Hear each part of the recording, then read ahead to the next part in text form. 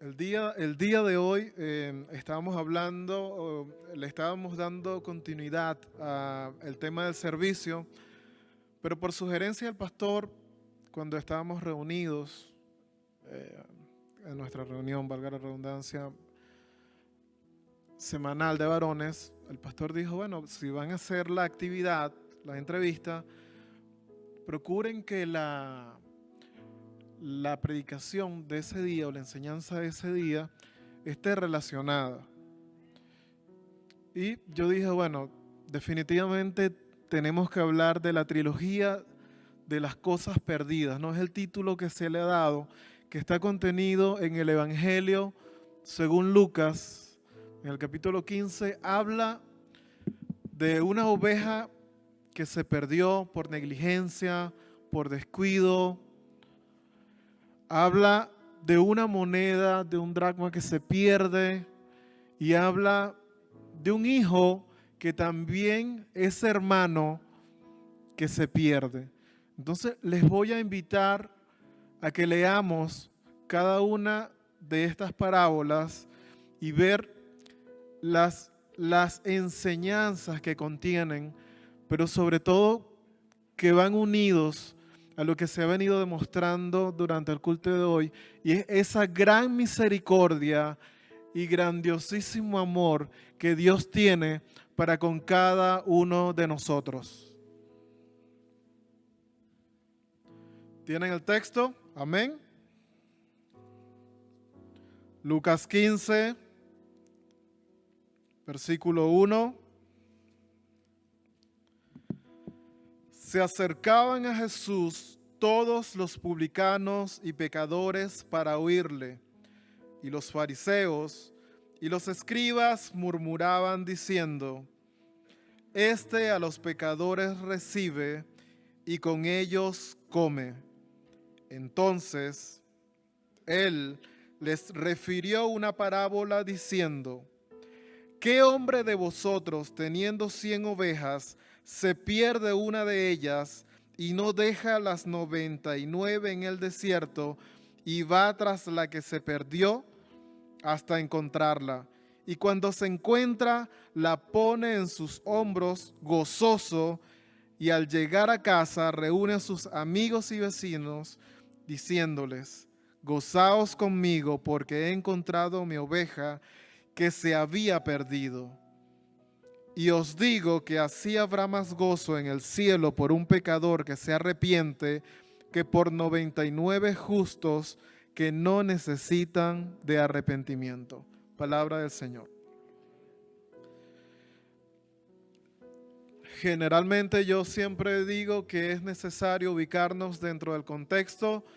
Por supuesto, dentro del contexto de la Escritura, en el pasaje anterior el Señor hablaba del precio del discipulado, de tomar la cruz, de todo esto, pero vemos que hay una figura concurrente en los evangelios. Si usted lee el Evangelio de Juan, se le atribuye la palabra judíos a los líderes religiosos, sean saduceos, sean fariseos, sean escribas. ¿Quiénes eran estos personajes?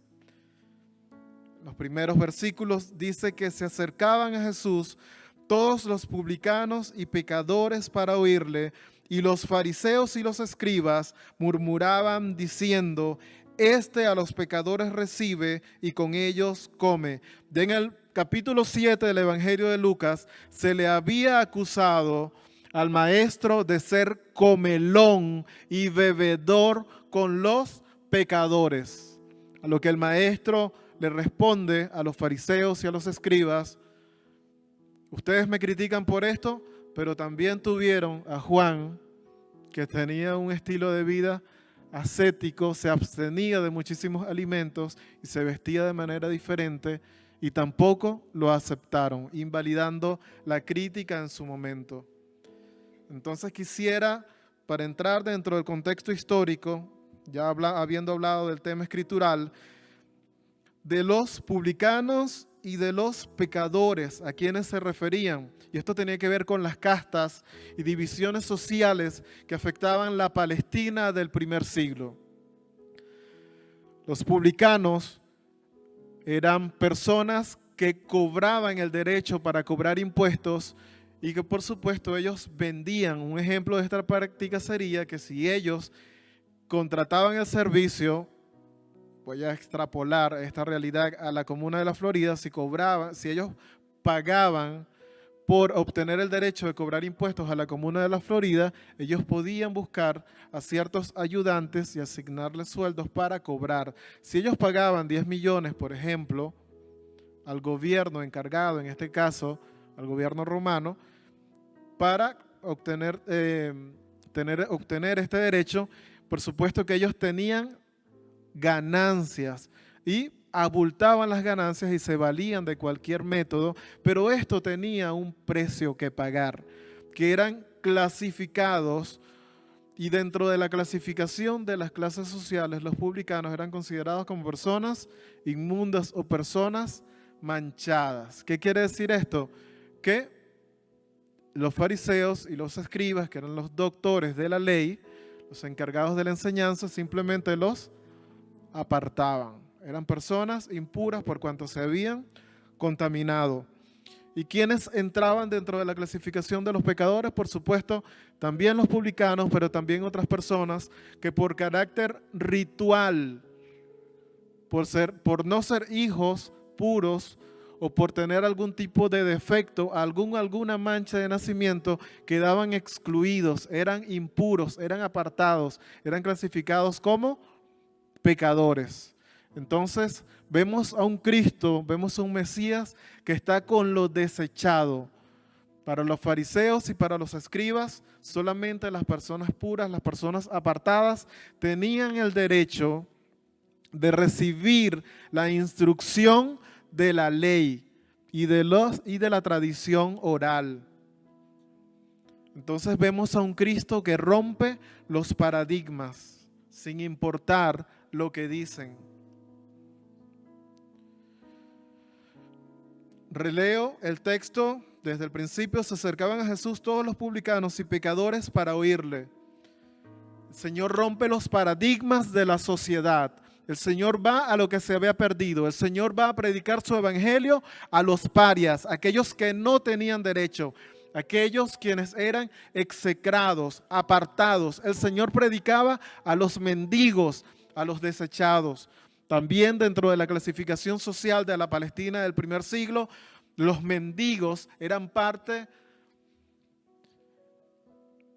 de aquellas personas que no tenían derecho a recibir de las enseñanzas de la palabra de Dios por parte de los escribas, de los copistas, de los maestros, de los doctores de la ley, de aquellos que tenían el monopolio de la religión en la Palestina del primer siglo. Lo que vemos es la misericordia con la que obra el Maestro, quien sin distinción de ningún tipo, no importándole los estratos sociales ni las condiciones de las personas, va y no solamente predica, sino que obra milagros y prodigios. Cuando el Señor le devuelve a la vista a un ciego, un ciego que se dedicaba a mendigar, ¿qué estaba haciendo? O sea, iba en rescate de lo peor de la sociedad, de lo más bajo, de lo despreciado. ¿Cómo se sentirían aquellas personas? Fue eso lo que vino el Señor, a rescatar lo que se había perdido. Las personas, por supuesto, buscaban asiduamente escuchar las palabras, las enseñanzas del Maestro, pero esto genera una reacción de los apartados, de los fariseos. Aunque no ostentaban el máximo poder político, sí tenían una gran influencia dentro del pueblo. Dentro de ellos había de diferentes clases sociales, personas ricas, pudientes, comerciantes, hasta los artesanos podían llegar a ser fariseos, podían llegar a ser apartados. Pero ciertamente tenían reconocimiento. Principalmente se caracterizaban por la observancia de la ley y un fiel cumplimiento a la recaudación de los diezmos.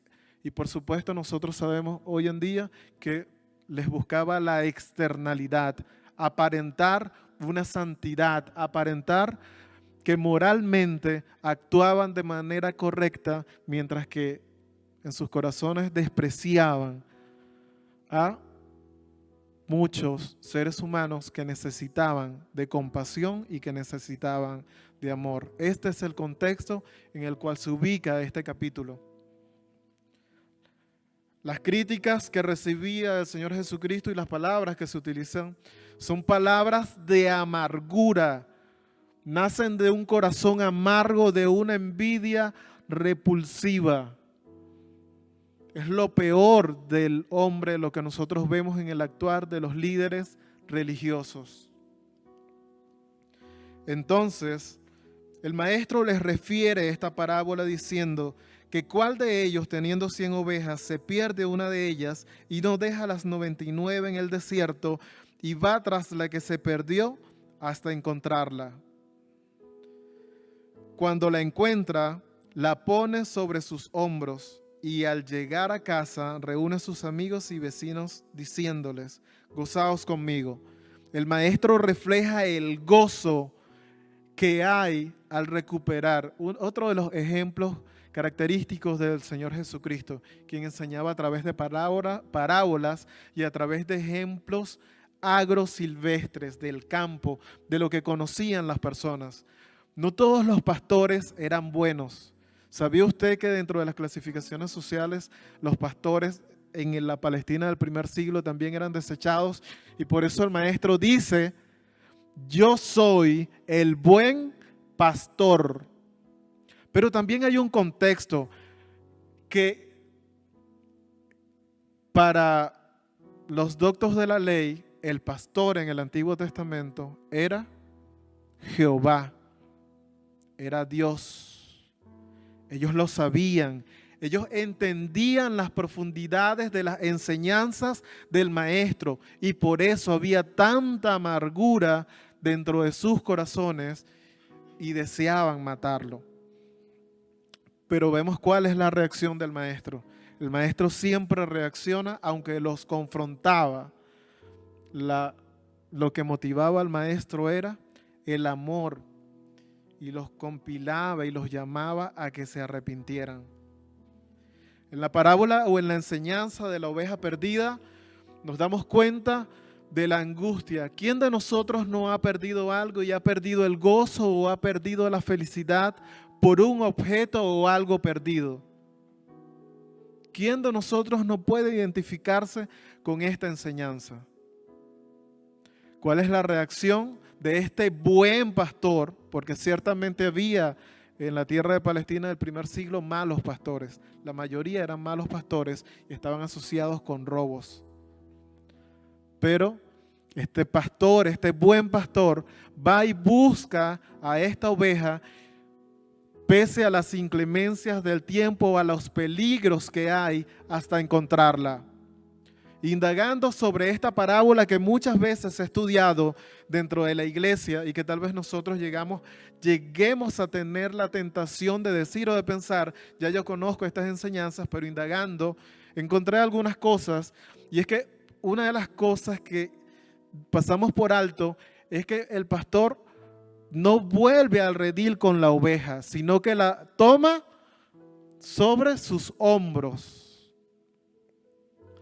Había una práctica que, para los pastores de la época, y es que generalmente la oveja perdida es una oveja de conducta recurrente.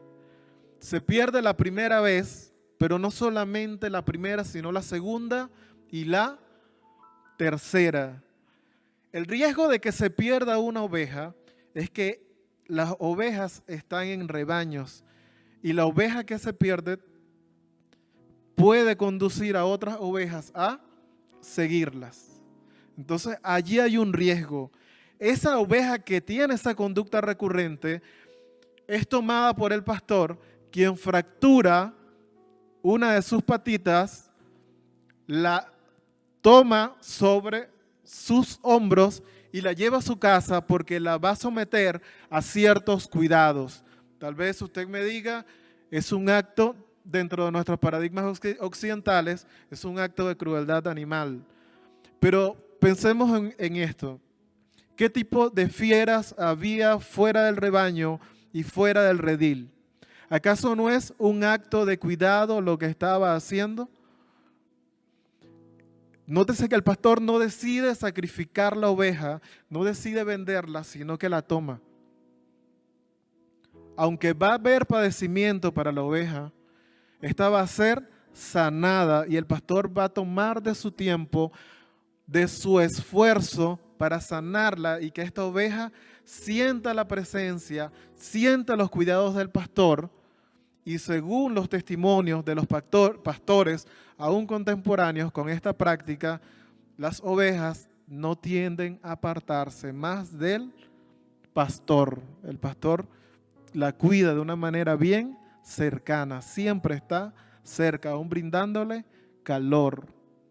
Por supuesto, la actitud de esta persona es una actitud de gozo.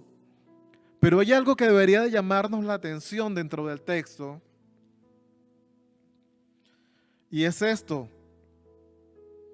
Os digo así, habrá más gozo en el cielo por un pecador que se arrepiente que por 99 justos que no necesitan arrepentimiento. Si lo interpretamos de manera literal, diríamos, pero ¿es esto justo? Entonces el Señor se alegra más por alguien que esté fuera del redil y vuelve que por 99 que estén cumpliendo con la palabra, que estén en comunión con el Señor. Pero el Señor hacía uso de cierto recurso literario que es la ironía. Y la clave está en esta frase, que no necesitan arrepentirse. A la luz del contexto neotestamentario, nosotros sabemos que justos no hay ni aún uno, y que todos necesitamos arrepentirnos cada día. Entonces, la alusión es directa a los fariseos, a los escribas, a los autodenominados doctores de la ley, a los religiosos de la época, quienes habían desechado lo que ellos consideraban vil, lo que ellos consideraban impuro, aún por un defecto de nacimiento. Y entonces, ¿acaso los padres se comerán las uvas y los hijos pasarán la dentera? El Señor viene a romper los paradigmas, a rescatar lo que se había perdido. Viene a rescatar mendigos.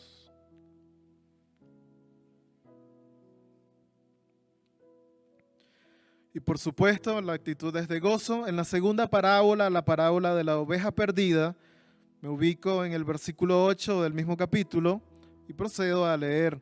¿O qué mujer que tiene 10 dracmas, si pierde una dracma, no enciende la lámpara y barre la casa y busca con diligencia hasta encontrarla?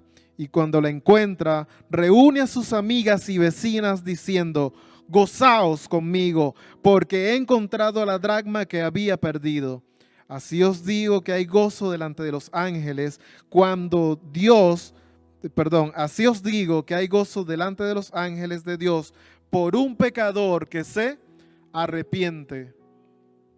Ciertamente esa tiene que ser nuestra actitud. La enseñanza común en estas dos primeras parábolas de esta trilogía es eso, es el gozo ante el arrepentimiento genuino y sincero de alguien que se había perdido. El valor de la moneda desde el punto de vista cultural puede ir más allá, puede tener un valor simbólico por cuanto, hablaba temprano con la hermana Pamela del valor de la dote, ¿no? Esta dracma podía haber constituido parte como de un collar, que esta era parte de la dote y que se daba a la persona.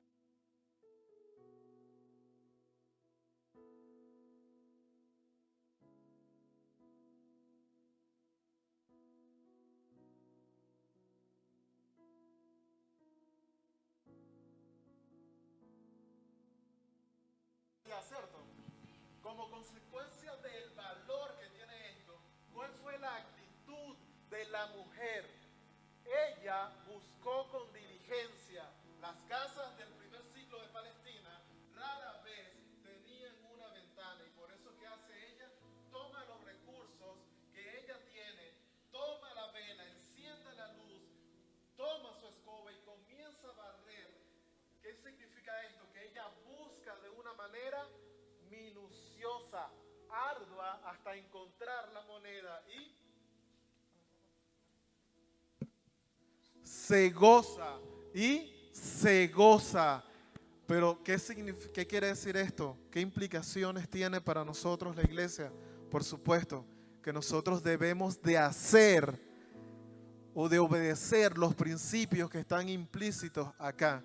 ¿Acaso el pastor consiguió la oveja fácilmente o tuvo que pasar por las inclemencias del tiempo? ¿Había fieras en la Palestina del primer siglo? Sí había fieras. ¿Corría riesgo el pastor? Sí corría riesgos. ¿Implicaba un esfuerzo? Sí implicaba un esfuerzo. De igual manera, la iglesia tiene un llamado a esforzarse por buscar a los perdidos. Pero la iglesia también tiene otra responsabilidad y es romper los paradigmas de este siglo. ¿De qué manera? Cuidado, iglesia. Cuidado con la levadura de los fariseos. Cuidado con lo que consideramos desechados. Cuidado con despreciar a cualquier ser humano, independientemente de su condición.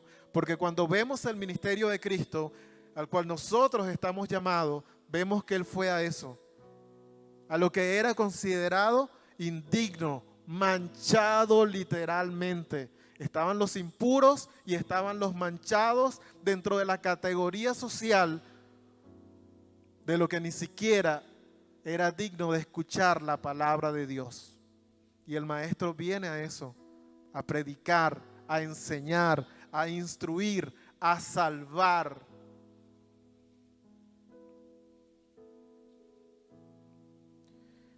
En la tercera parábola se repite el mismo principio del gozo. Voy a leer la parábola del hijo pródigo. Es la parábola, según muchos teólogos, más conocida y la parábola según la cual se han convertido mayor cantidad de personas. También dijo Cristo, un hombre tenía 2 hijos y el menor de ellos dijo a su padre, Padre, dame la parte de los bienes que me corresponde, y les repartió los bienes. En este caso me voy a detener acá. Dentro de la cultura judía, el hecho de pedir el adelanto de la herencia es igual, totalmente igual, a desearle la muerte a esa persona. Literalmente fue una bofetada a la cara, al amor que profesaba este padre hacia este hijo menor. Y la actitud de este padre, no podemos decir que fue displecente, sino bueno, le dio la herencia, le dio una tercera parte de lo que le correspondía. Por cuanto, según la ley judía, Deuteronomio 21, recuerden que al primogénito le correspondía el doble de la herencia.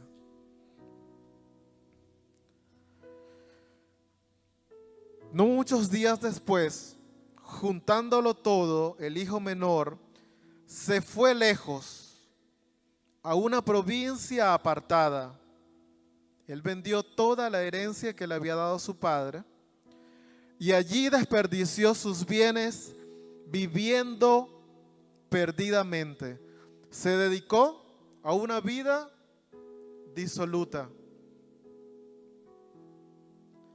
a vivir según los placeres.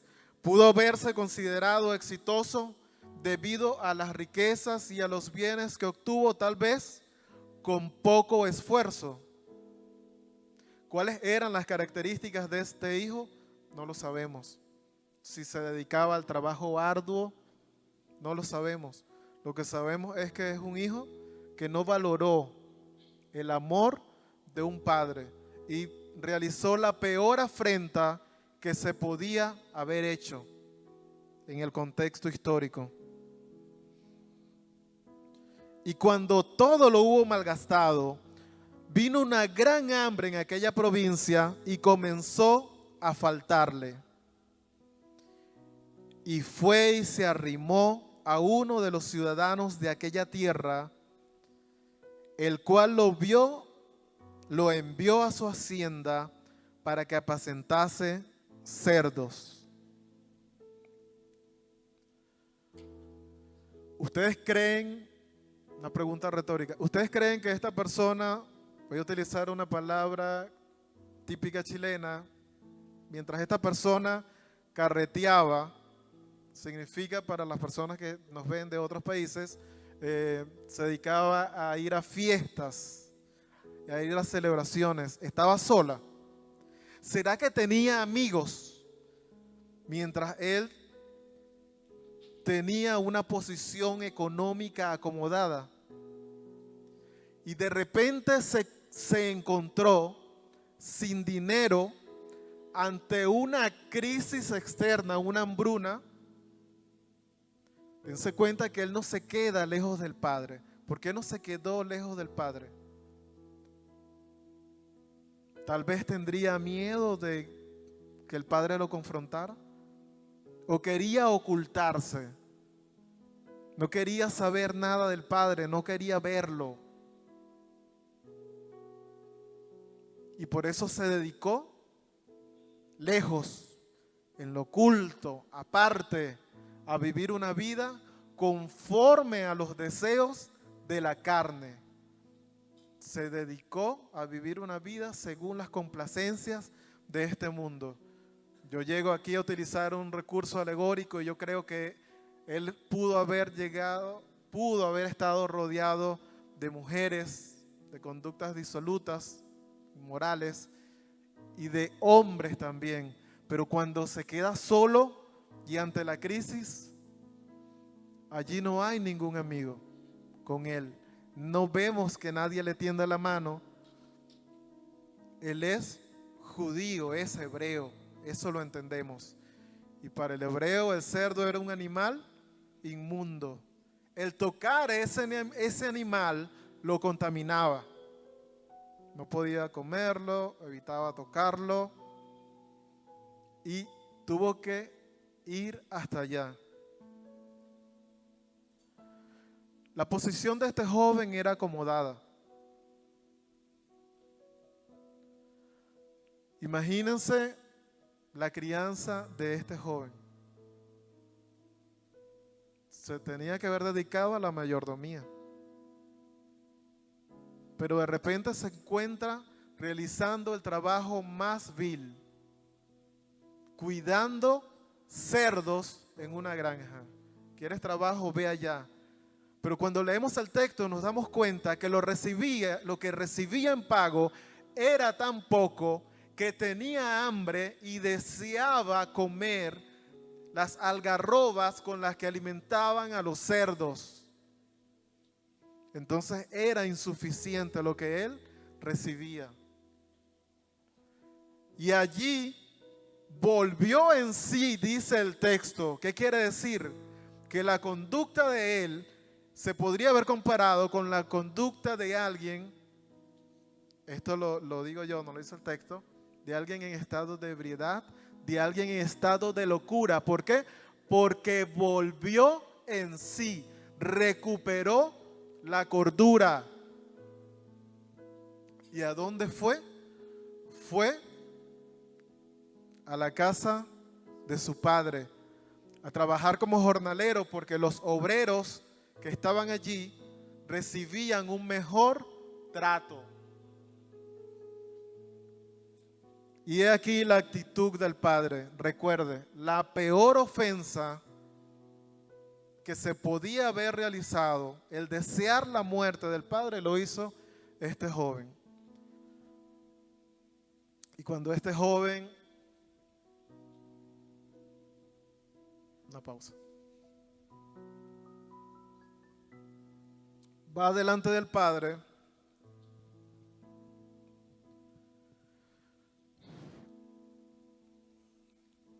lo que pasa es que me quebranté un poquito.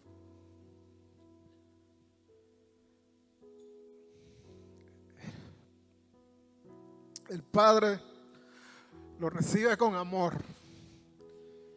Ni siquiera lo deja hablar.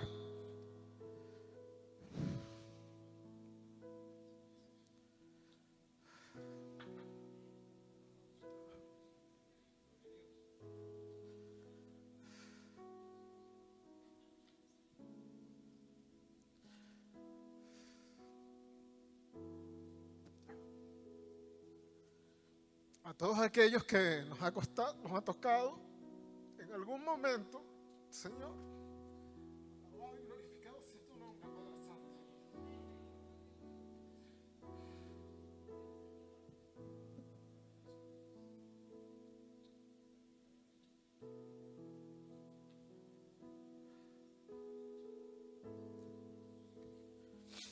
Grande es el amor de Dios el Padre, y a todos aquellos a quienes nos ha recibido con los brazos abiertos. Hemos experimentado de este amor. Como les decía al momento de la entrevista, yo fui la oveja negra también de mi familia. No soportaba que me hablaran del Evangelio.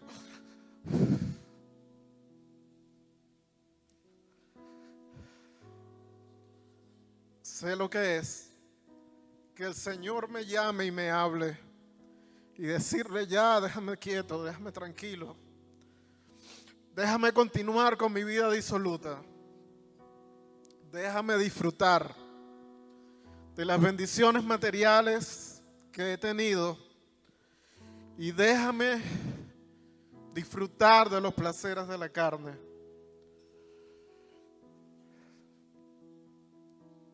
Entonces sé en carne propia y me identifico con el testimonio de mi hermano Felipe, y sí me sentí quebrantado cuando el hermano daba su testimonio.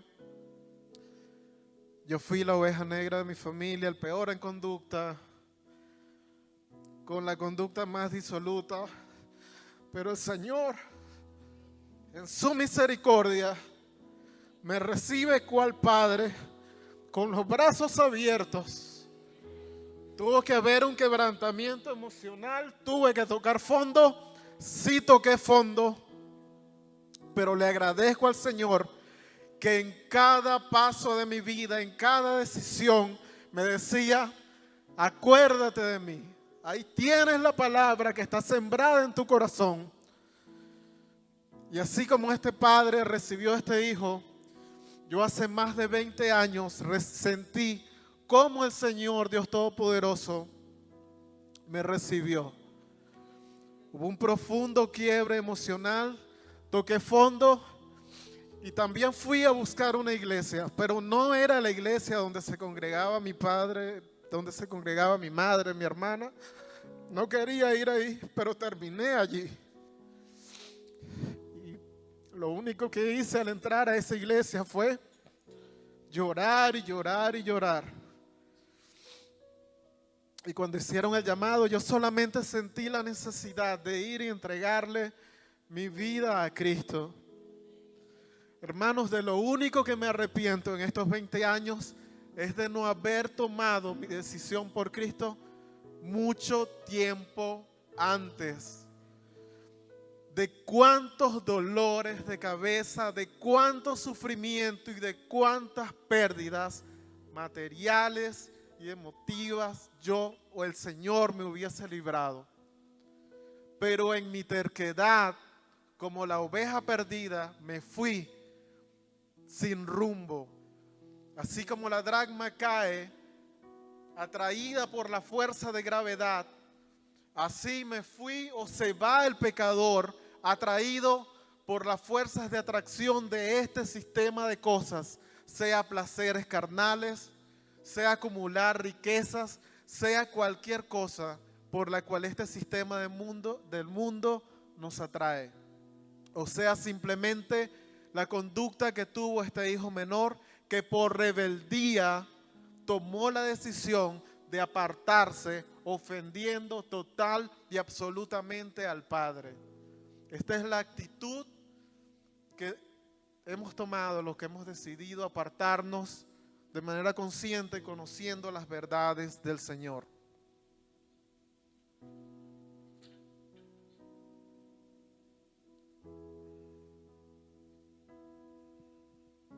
Me salí de la predicación, me salí de la planificación, ¿no?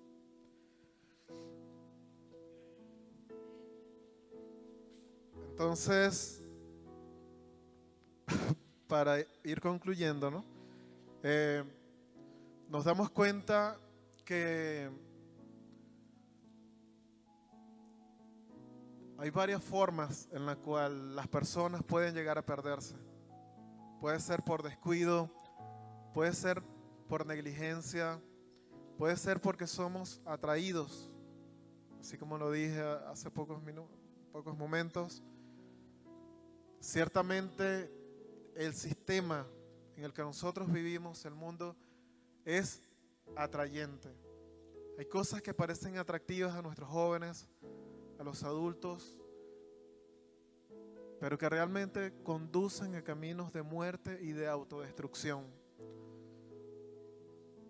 Por experiencia propia, el Señor siempre nos está llamando. A través de nuestros familiares, a través de aquellas personas que se cruzan en nuestro camino y que hablan de la palabra.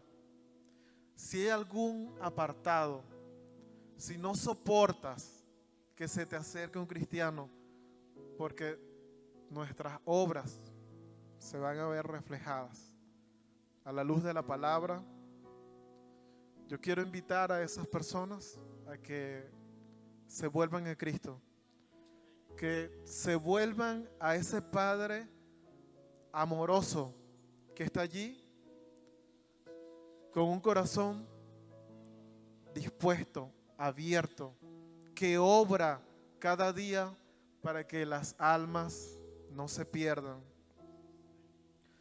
Hay un tema de la parábola que no toqué, de la última parábola, y es la actitud de los fariseos. ¿Cuál fue la actitud del hermano mayor que representa claramente al fariseo? Envidia. Tenías o tienes el doble de lo que se le dio a tu hermano menor y no te alegras. No te alegras. Sientes amargura en tu corazón. Esa es la actitud que nosotros no debemos imitar y no debemos concebir este tipo de sentimientos en contra de nuestra hermandad. La actitud que debe haber en nosotros como creyentes es una actitud de amor, una actitud de reconciliación. Si alguien está pensando en apartarse de la iglesia, el llamado en esta hora es: no te vayas de la iglesia. Cristo Jesús te ama. Obra a través de humanos tan imperfectos como lo somos cada uno de nosotros. Amén, hermanos. Tengamos entonces una actitud diligente. Tratemos de rescatar a lo desechado. Tratemos de rescatar a lo que está perdido en este mundo. Seamos imitadores del Maestro. Desechemos todo aquello que haya en nuestros corazones y que se parezca al sentir, a la amargura, a la envidia del hermano mayor que representa al movimiento religioso, al espíritu de religiosidad encarnado en el fariseísmo. El conocimiento solamente es conocimiento. Lo importante es la aplicación de las verdades contenidas en la palabra de Dios. Concluyo el mensaje, no sin antes hacer una oración por aquellas personas que están apartadas. Yo les ruego en esta hora que me acompañen en esta oración. Amén. Dios y Padre de nuestro Señor Jesucristo, alabamos y bendecimos tu nombre y te damos gracias por la exposición de tu santa y bendita palabra. Señor, permite que tu Santo Espíritu nos dé, Señor, una actitud gallarda ante los necesitados. Danos un corazón, Señor, bondadoso. Quita, Señor, todo paradigma y todo, Señor, lo que nos impida ir en rescate de los que se pierden. Si hay alguna persona, algún joven, algún chico que haya dispuesto en su corazón o que sea tentado, Señor, atraído por Satanás o por los placeres del mundo y se quiera ir de la iglesia, permite, Señor, que se mantenga firme. Si se ha sentido ofendido por el actuar de cualquiera de nosotros, que haya perdón y haya reconciliación dentro de tu iglesia, Jehová de los ejércitos. Señor, a los que se han apartado de esta iglesia, Señor, y anden caminando por caminos sequedales, Jehová de los ejércitos, por desiertos, que sea tu espíritu obrando y que sea, Señor, tu grey también haciendo las acciones que sean necesarias para motivar al regreso de estas personas. Señor, somos seres imperfectos. Ayúdanos a mejorar cada día. Ayúdanos a transitar, Señor, creciendo, Señor, como tú lo hacías, en gracia y en conocimiento para con Dios y para con los hombres. Entregamos esta plegaria, Señor, en tus manos. Alabamos y bendecimos tu nombre, Señor. Amén y amén.